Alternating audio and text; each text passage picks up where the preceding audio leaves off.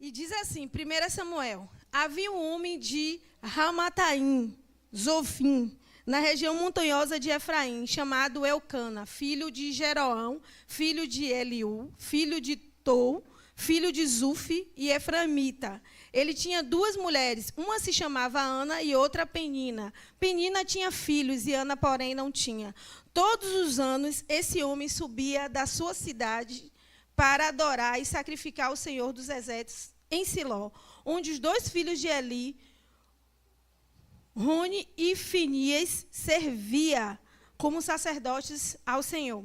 No dia em que Elcana oferecia sacrifício, costumava reparti-lo com sua mulher, Penina, e com todos os seus filhos. Porém, dava uma porção em dobro a Ana, pois a amava, apesar de o Senhor tê-la deixado estéril. Mas a sua rival provocava há muito, a fim de aborrecê-la, porque o Senhor havia lhe deixado estéril. Isso acontecia todo ano, quando subia à casa do Senhor. Penina provocava Ana, que então chorava e ficava sem comer. Então o seu marido, Elcana, lhe perguntou, Ana, por que choras? Por que não comes? Por que o teu coração está tão triste? Não sou eu melhor para ti do que 10 filhos? Depois que comeram e beberam em Siló, Ana se levantou, e nesta ocasião o sacerdote Eli estava sentado numa cadeira, junto a um pilar do templo do Senhor. Com a alma amargurada, Ana orou ao Senhor e chorou muito, e fez o seguinte voto, ó Senhor dos exércitos, se deres atenção à aflição da tua serva, e te lembrares de mim, não te esquecerei, e não te esqueceres das tuas servas, mas lhe derem um menino, eu dedicarei ao Senhor por todos os dias da sua vida. E navalha não passará pela cabeça dele. Enquanto ela orava ao Senhor, Eli observava os seus lábios. E como Ana orava em silêncio, seus lábios se moviam, mas não se ouvia a sua voz. Por isso, Eli pensou que ela estivesse embriagada. E lhe disse, até quando ficarás embriagadas? Deixai de beber vinho. Mas Ana respondeu, não, meu senhor, sou uma mulher angustiada, não bebi vinho, nem bebida forte, mas derramei a minha alma diante do Senhor. Não pensas que tua serva é uma mulher sem valor, porque tenho falado até agora da minha grande ansiedade e aflição. E Eli lhe respondeu, vai-te em paz, e o Deus de Israel te conceda o pedido que lhe fizeste. E ela disse, que a tua serva encontre graça diante de ti. Então a mulher seguiu o caminho, comeu a sua aparência e deixou de ser triste. E depois disso, levantando de madrugada, adoraram o Senhor e voltaram para sua casa em Ramá. E Elcana conheceu na intimidade Ana, a sua mulher. E o Senhor se lembrou dela. E assim Ana concebeu no tempo devido e teve um filho, o qual chamou Samuel, pois ela dizia, eu pedi ao Senhor. Aquele homem, Elcana, subiu com toda a sua família para oferecer ao Senhor o sacrifício anual e cumpriu o seu voto. Ana, porém, não subiu, pois disse ao seu marido, quando o menino for desmamado, eu o levarei para apresentá-lo diante do Senhor, para que ele fique lá para sempre. E Elcana, seu marido, lhe disse, fazei o que bem te parecer, fica até o desmame, apenas confirme o Senhor a sua palavra. Então, a mulher ficou e amamentou o seu filho até desmamá-lo. Depois de desmamá-lo, quando o menino ainda era pequeno, ela o levou à casa do Senhor, em Siló, e com um touro de 3 anos, uma efa de farinha, um recipiente de couro cheio de vinho. E então sacrificaram o touro, apresentaram o menino a Eli, e ela disse, meu Senhor, tão certo como tu vives, meu Senhor, sou aquela mulher que esteve aqui contigo, orando ao Senhor, e eu orava por este menino, e o Senhor me concedeu. E o pedido que fiz por isso também, e eu orava por este menino, e o Senhor me concedeu o pedido que fiz. Por isso também o dedico ao Senhor, e ele está entregue ao Senhor por todos os dias que vivi, e ali adoraram o Senhor. Amém?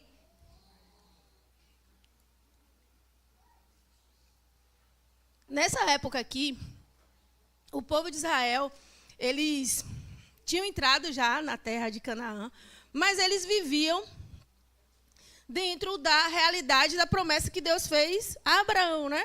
Que era a promessa que Deus fez a Abraão é que ele seria pai de grande multidão. Então, o povo sabia dessa promessa, vivia com base nessa promessa, entrou na terra de Canaã, junto com Josué, e seguiam pela essa conquista de terra, conquista de território.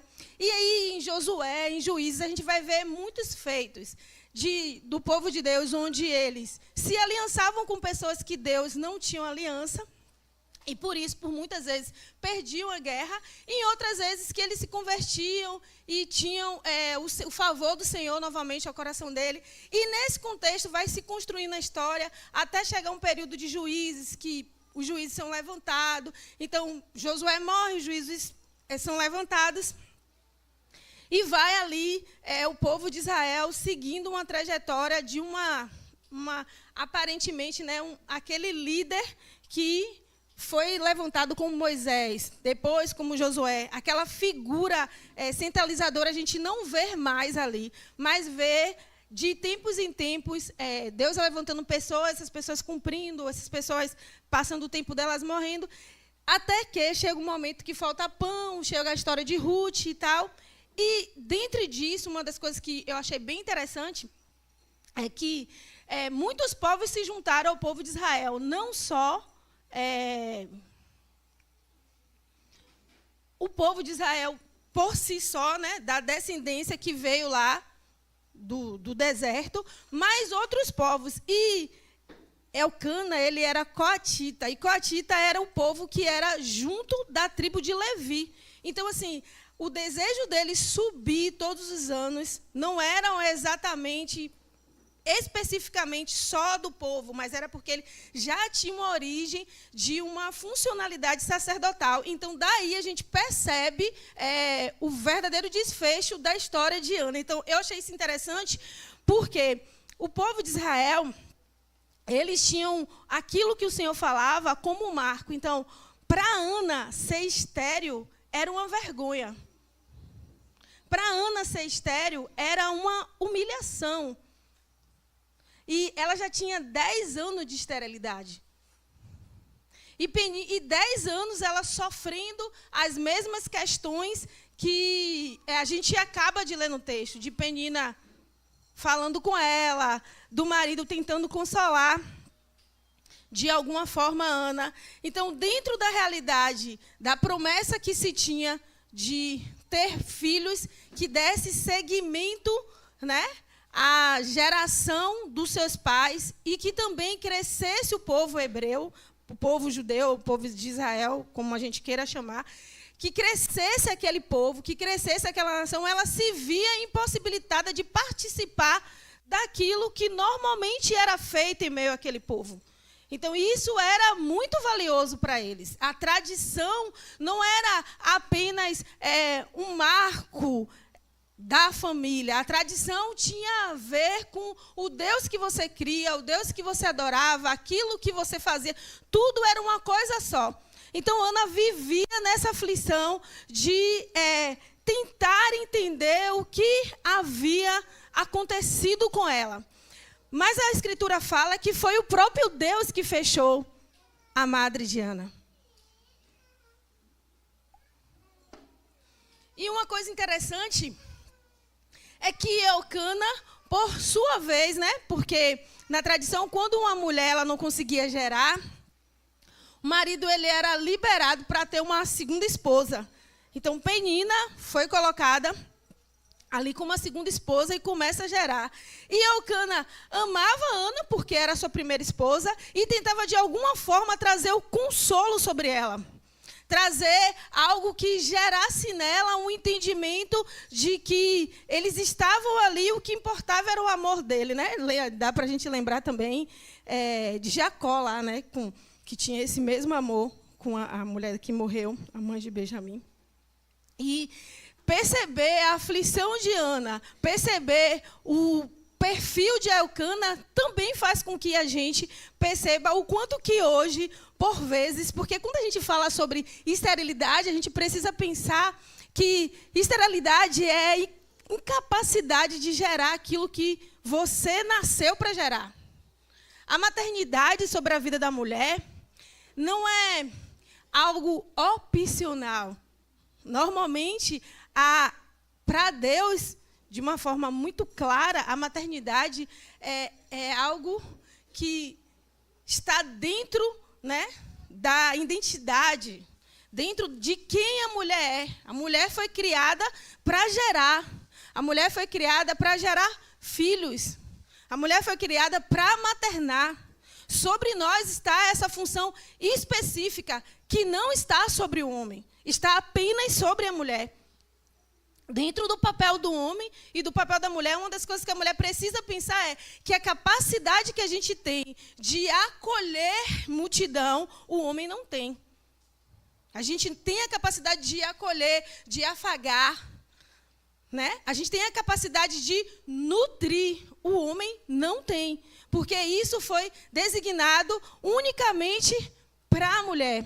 E dentro da realidade de Ana, ela via uma mulher gerando, ela via uma mulher nutrindo, ela via uma mulher afagando, ela via as promessas do Senhor se cumprindo na vida de uma mulher que também trazia chacota sobre ela. E o coração dela, anos após anos, foi se amargurando.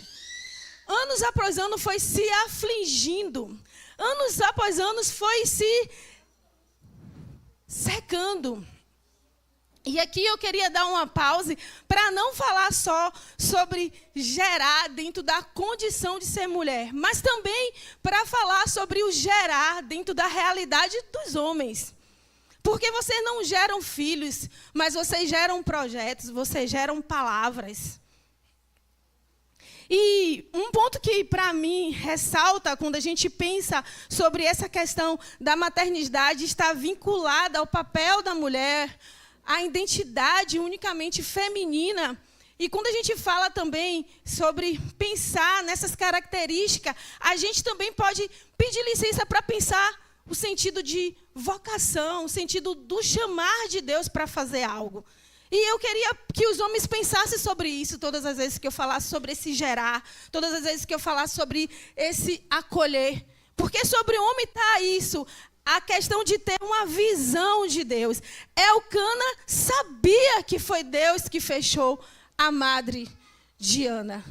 Mas em nenhum momento ele chegou para Ana e disse, vamos orar juntos, vamos fazer um voto diante do Senhor. Elcana não teve essa postura. Elcana simplesmente tentava acolher Ana dentro daquilo que era a visão limitada deles. E, por vezes, a figura masculina, ela também se coloca nesse lugar, de ver até onde consegue ver. De ver até onde, mas dentro da figura masculina está o poder de ver de onde Deus vê. Estudando esses dias eu vi, né? Jesus é o cabeça. E a palavra cabeça, ela origina de um aspecto que também traz significado como fonte. E fonte serve para derrubar água. Então a cabeça dos homens é como um recipiente que recebe a fonte, que é o próprio Cristo, que é o próprio cabeça. Então, assim, por vezes, o homem ele se coloca nessa condição de não perceber aquilo que é necessidade da mulher gerar, aquilo que é necessidade da mulher gestar, aquilo que é necessidade da mulher nutrir. Porque nós estamos vivendo em um tempo onde tudo que nos tem sido dado é nutrição sobre coisas ruins, gestação sobre coisas que não são planos, que não vão entrar para a eternidade. E Deus, naquele momento, estava simplesmente suscitando aquela família, porque Ele queria operar um milagre, porque Ele queria trazer uma pessoa que seria resposta para uma nação. E quantas vezes, como cristão, nós estamos passando por um tempo de sequidão e paramos para pensar, Deus pode estar gerando algo de dentro para fora em mim. Quantas vezes a gente pensa assim? Ou quantas vezes nós negamos essa realidade, mas nos colocamos em um lugar de tentar resolver a grosso modo, do nosso jeito, na nossa maneira de ver, na nossa maneira de pensar.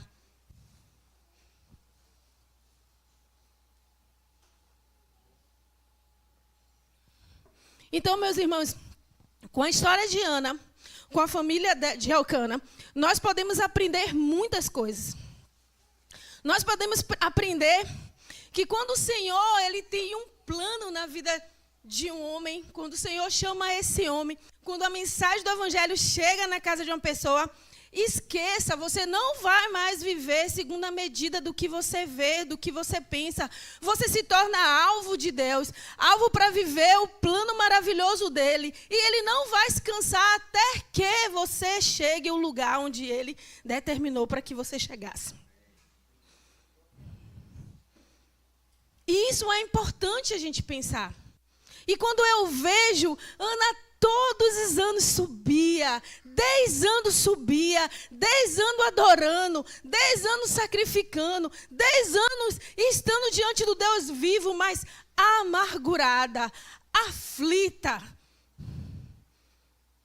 Isso fala dos nossos ciclos de repetições.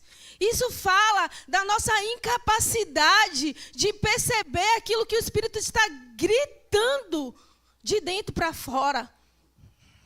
Da nossa insensibilidade. Ontem nós estávamos aqui reunidos e eu chamei a atenção com o pessoal do Gedutum. Gente, às vezes a gente está tão acostumado com a presença de Deus aqui no nosso ambiente que a gente não se importa mais, que a gente acha que a gente banaliza, a gente entra e sai, a gente vê a palavra, a gente vê a música, a gente entra e sai.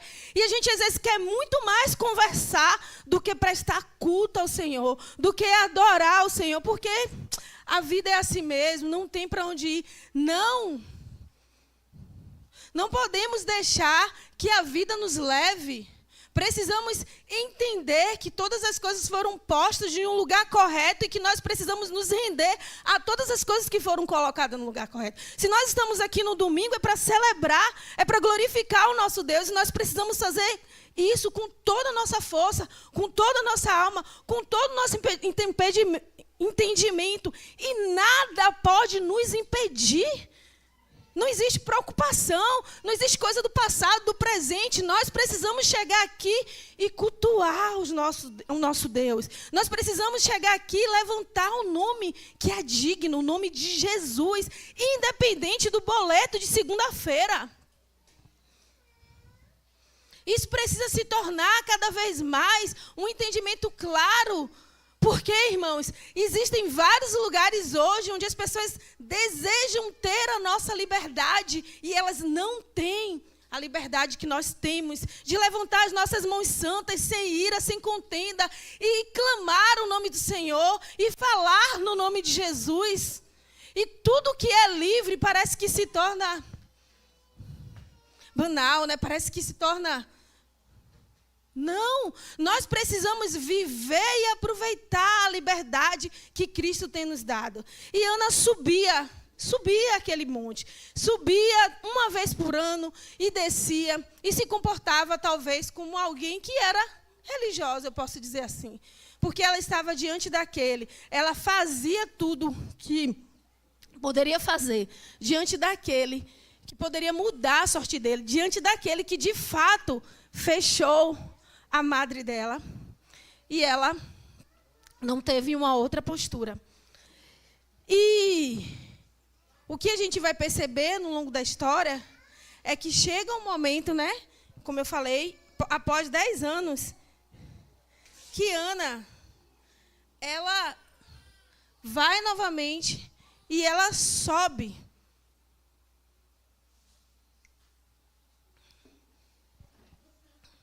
Mais uma vez para cultuar o Senhor. Só que agora a luz se acendeu para Ana. Agora Ana decidiu que ela ia se entregar. E isso fez com que a história de Ana mudasse, porque a partir da postura de Ana, quando a gente vai estudar sobre esse texto, a gente vai ver que Ana se tornou uma mulher de fé.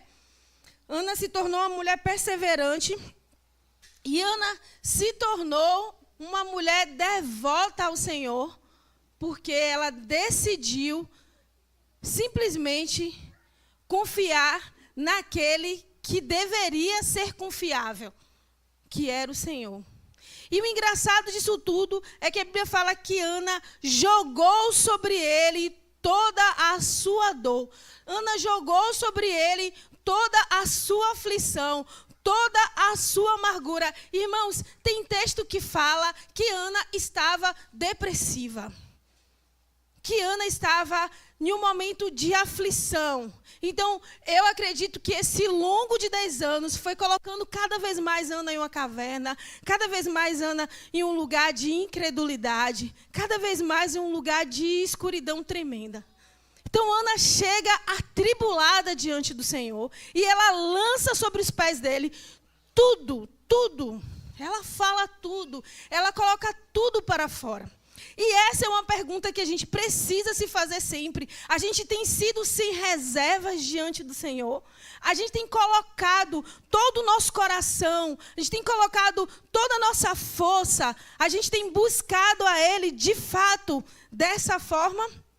E agora, não só aos domingos, diariamente na sua casa, como tem sido o seu tempo com Deus? Você tem tido um tempo com Deus? Você tem separado esse momento para que o Espírito de Deus ele traga luz na sua cabeça? Você tem separado o seu momento para dizer assim, Deus, eu não estou conseguindo. Meu irmão, o clamor do Espírito todos os dias pela nossa vida é de que a gente se renda a Ele.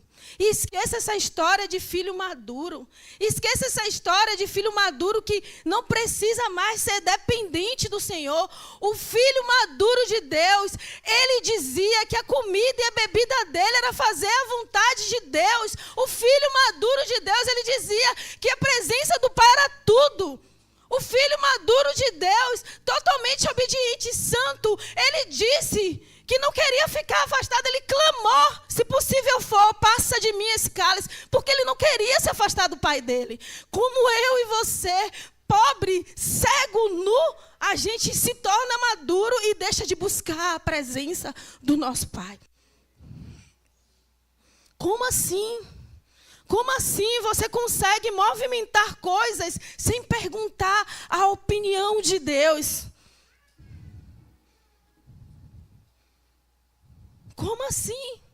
E esse é o lugar que Deus está nos chamando. Em meio a um mundo vil, um mundo onde todos fazem onde querem, um mundo onde tudo que se fala é planeje, faça, aconteça. Se você se esforçar, você fica rico. Se você se esforçar, você ganha, você faz. Deus está dizendo, vinde a mim e aprendei comigo, que sou manso e humilde de coração. Essa é a palavra para os nossos dias. Essa é a palavra para aqueles que creem nos dias do Senhor. Porque, meus irmãos, nós não podemos nos contentar com pouco dessa era, com pouco desse mundo. Sabe por quê? Naquele grande dia haverá muitas coisas que não entrará no reino. E não queira se deparar com construções suas que simplesmente foi baniu e que você olhou e falou assim, nossa, eu larguei tanto tempo da minha vida construindo isso e nada disso vai entrar. Isso hoje é um lugar de a gente calibrar o que é que você está construindo, o que é que você está fazendo, quanto tempo de vida você está gastando com tantas coisas. Essas coisas entrarão nas portas da eternidade. E aí eu já falo também para os nossos queridos ouvintes que estão aqui nos visitando. O que vocês estão construindo? Será eterno? Vai ser eterno? Vai ser eterno? Vai ser aprovado diante do nosso Deus? Vai?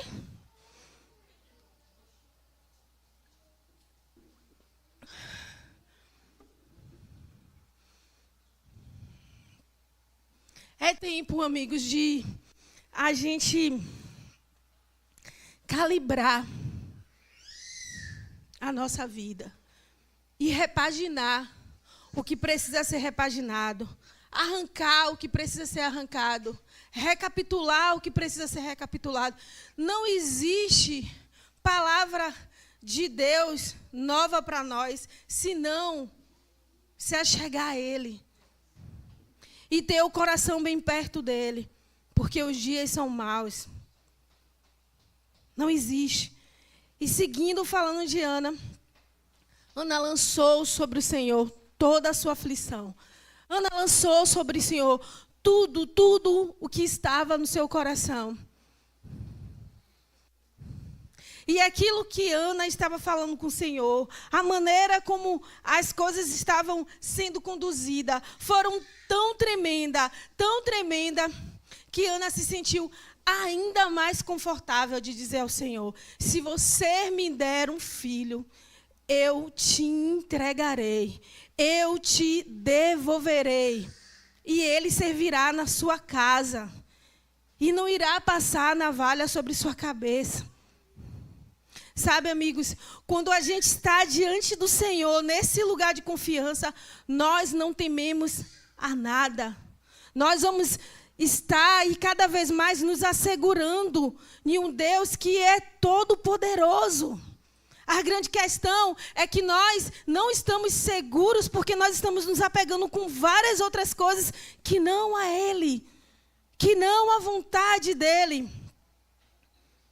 E Ana ali passou por aquele tempo, né? E a Bíblia fala que, saindo dali, ela adorou junto com a família. O coração dela se colocou nesse lugar aliviado. E ela voltou para casa. E é interessante de como eu havia falado e que eu quero motivar com vocês. Ontem também eu falava isso com os meninos. Eu sei que o dia está difícil. Eu sei que, às vezes, a história que você está vivendo, dentre tantas coisas, falando aqui, eu não posso personificar, né? Porque tem muita gente. Mas uma coisa que eu quero te dizer é o seguinte: no dia que estiver difícil, muito difícil, que as suas palavras lhe faltarem, ore o Pai Nosso. Mas não saia da sua casa sem antes dobrar o seu joelho diante do Senhor e se render a Ele. Fale para Deus, seja verdadeiro. Faça isso, se desafie a não negar estar diante dEle nenhum dia da sua vida. E quando eu falo de estar diante dEle, não é estar diante dEle fazendo milhões de coisas, é parar e dizer: esse tempo é seu, eu me rindo a você. Para que você possa viver dias onde você perceba a movimentação do Espírito na sua vida. Para que você possa viver dias onde, de fato, você está se sentindo tocada e tocado pelo Senhor. E Ana saiu, voltou, foi encontrada por Elcana. E a palavra diz que Deus se lembrou dela. Eu me lembrei bastante de José, né? Que gravou os sonhos, pediu a todo mundo, mas Deus se lembrou dele, né? E isso acaba se tornando uma testificação de que Deus estava esperando por esse momento com Ana. Deus estava esperando por esse momento. E Deus, Jesus, Ele nos espera. O livro Manso e Humilde, o autor, ele faz questão de retratar isso. O coração que Jesus deseja que tenhamos, ou o coração que Jesus teve, é um coração que anseia pela presença dEle todos os dias. Nem que seja para falar apenas: eu te amo. Eu estou contigo. Nem que seja apenas esse o coração que Jesus anseia. Tipo, eu preciso de você. Eu preciso de você. Eu não consigo se você não estiver comigo. Talvez essas palavras sejam palavras muito pequenas, muito boba, para um tempo onde se fala de coisas tão difíceis e tão impossíveis. Mas Deus está buscando de nós que nós voltemos a ter um coração simples, onde a gente fala de coisas simples e cumpre coisas simples, onde a gente fala de coisas alcançáveis. Porque no dia de Jesus, Ele falava de coisas simples e totalmente alcançáveis, para que o povo entendesse e conseguisse seguir a Ele. O desejo do nosso coração é que o Pai, Ele olhe para nós e se agracie, porque nós estamos sendo filhos, e porque junto conosco a gente está trazendo os filhos que Ele tanto anseia, que volte para Ele. E para isso, só é necessário que sejamos pessoas simples. Que a gente abandone, né, tantas as nossas coisas mirabolantes. E que a gente se volte a coisas mínimas, mas verdadeiras. E uma coisa interessante que fala sobre a perseverança de Ana, e que é importante para a gente, e que é uma coisa simples, mas é uma coisa sobrenatural também, é que Ana, ela teve Samuel, ela entregou Samuel para Eli. E a Bíblia vai continuar a relatar, a dizer que Ana, ela, todo ano, quando subia, ela levava uma roupa nova para Samuel. Todo ano, quando ela subia, ela levava uma roupa nova e com uma cor diferente. Ana teve outros filhos. Mas significa dizer que o Senhor, Ele revelava a Ana coisas escondidas, coisas... E Ana acompanhou o crescimento do filho dela. Mesmo tendo entregue ao Senhor, o Senhor revelava para Ana o tamanho de Samuel e a cor, porque Samuel começou a servir primeiro como sacerdote. E o sacerdote tinha as cores, né? Meu irmão, o lugar de apego sincero diante do Senhor é um lugar onde não há ausência de nada. Não há ausência de nada. Talvez hoje eu e você como mãe parar e pensar, eu vou entregar o meu filho pequeno e nunca mais vou vê-lo. Pode ser uma dor gigantesca, porque o nosso sentimento como mãe é querer ter os nossos filhos o máximo possível conosco.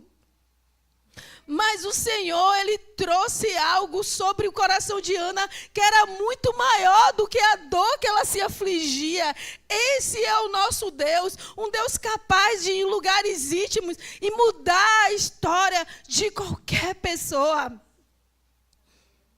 Em dias onde as questões de saúde, tanto física, tanto emocional, parece não ter limite, né? Porque sempre eu falo lá na igreja, lá em casa, eu sempre falo, gente, a ciência ela tem um limite, e o limite da ciência é tratamento. Você tem tal coisa, mas vamos tratar isso, e o tratamento é remédio a sua vida toda, mas para Deus não existe limite. Para Deus Ele cura, Ele transforma, Ele é capaz de colocar algo onde não tem. Foi assim nos dias de Jesus, foi assim, mas para isso é necessário que nós creiamos, é necessário que nós tenhamos um coração junto com Ele, unido com o Filho, para que nós possamos ver novamente o globo do olho, voltar a ter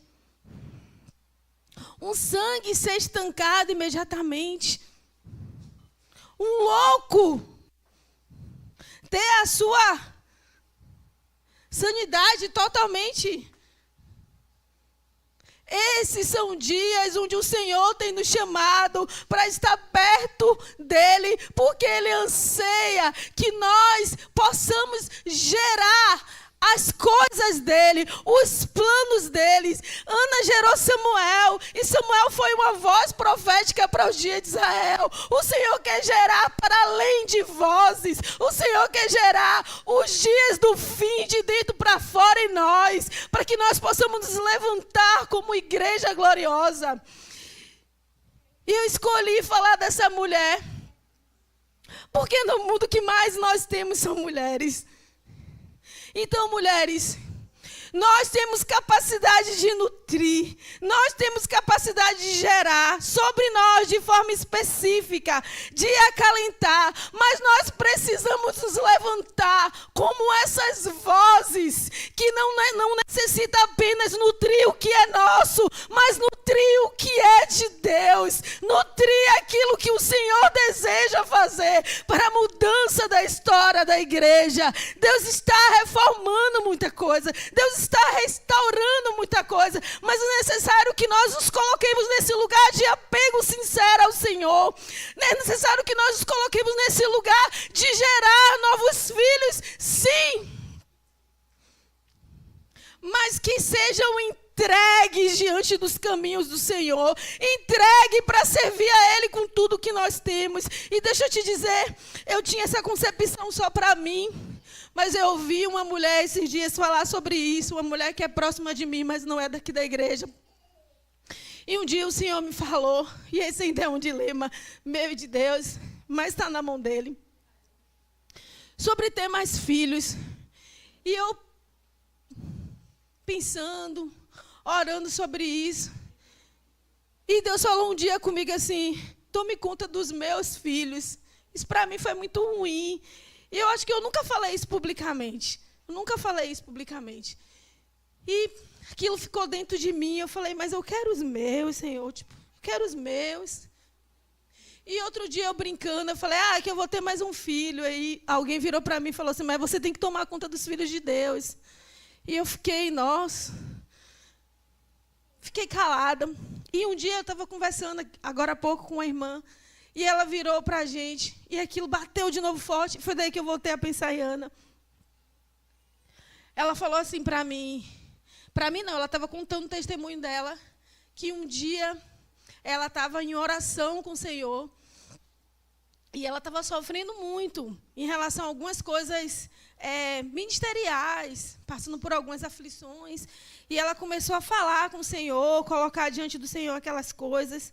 E ela falou, Senhor, eu estou sofrendo tudo isso, e eu quero cuidar dos meus filhos, eu quero viver tal. E o Senhor falou, tudo bem, tudo certo. E ela falou assim, meus filhos já estão grandes, e eu estou quebrando a cabeça, com todas essas coisas. Eu não estou vendo muito sentido nisso, eu não estou vendo muito sentido nisso. E o Senhor virou para ela e disse, você não está vendo muito sentido, porque não são os seus filhos, mas esses são os meus filhos. E eu preciso que você cuide dele como você cuida dos seus. Às vezes, na igreja, a gente tem essa mentalidade de considerar que só os nossos prestam, que só os nossos são os melhores. Todos, os nossos e os dos nossos irmãos, eles precisam se voltar para Deus. E nós, como mães, nós precisamos ter um olhar de alcance para além dos nossos. Nós precisamos gerar, nós precisamos nutrir, nós precisamos afagar os filhos de Deus. Seja ele o meu, o seu, nós precisamos gerar os filhos de Deus. E assim, para finalizar, eu disse que a mensagem seria simples hoje. Eu queria ler com vocês e queria chamar os músicos.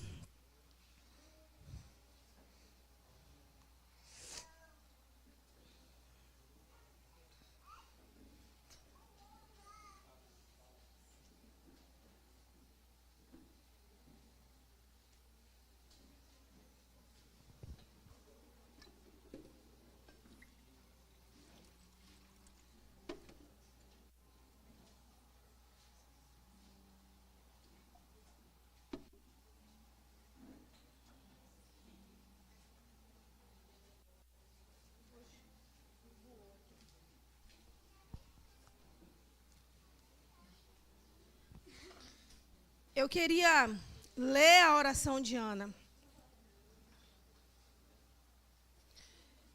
E finalizar dizendo para você que enquanto nós consideramos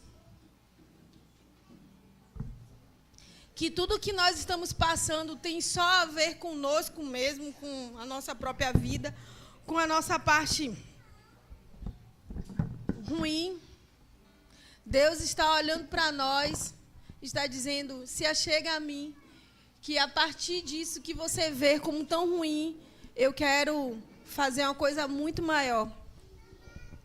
Ana tinha simplesmente uma esterilidade que foi ocasionada pelo Senhor, e ela pode experimentar da graça de gerar e conceber um filho, que foi resposta para uma nação, foi resposta para uma geração naquela época. E os planos de Deus são assim. Eu acredito que esses são dias onde o Senhor tem buscado famílias, sabe? Onde o Senhor tem buscado famílias que sejam confiáveis, que sejam capazes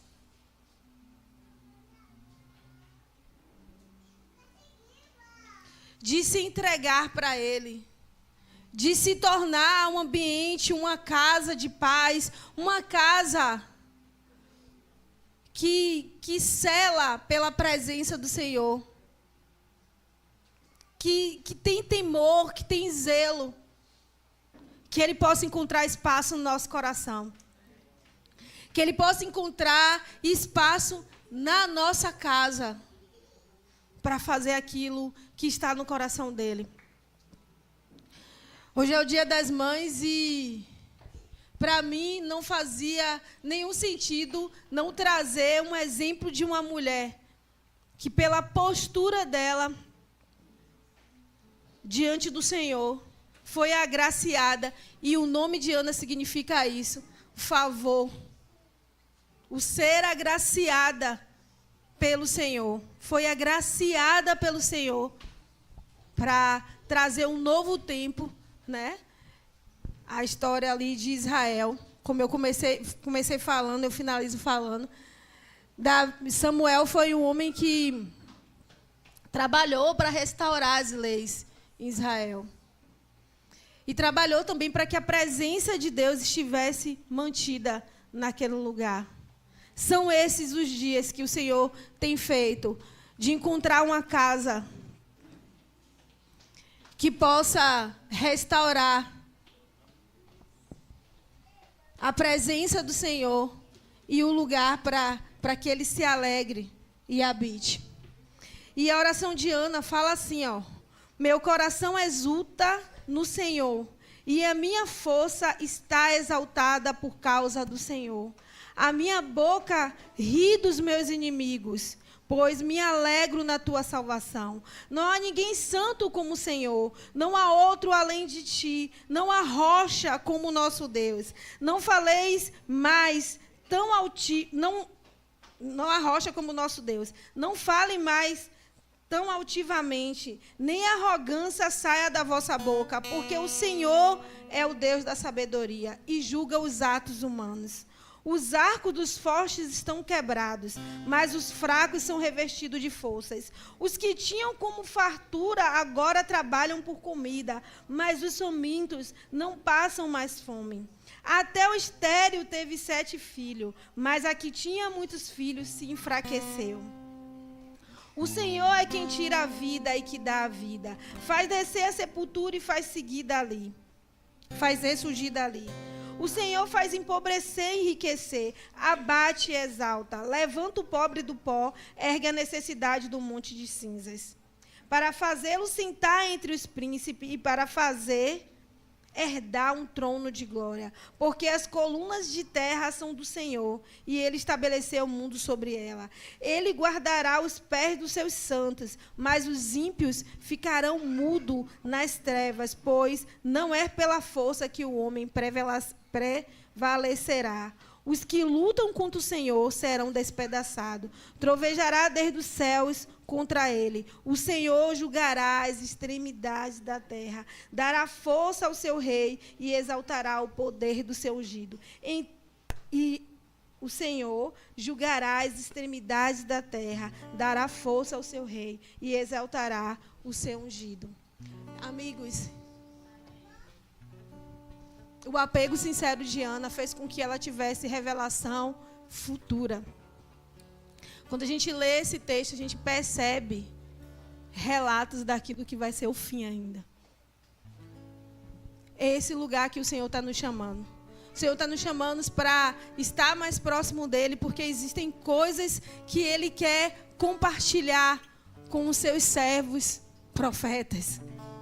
Existem coisas que Ele quer compartilhar com famílias que se responsabilizam em temor, em graça, pela palavra e pela vida dEle.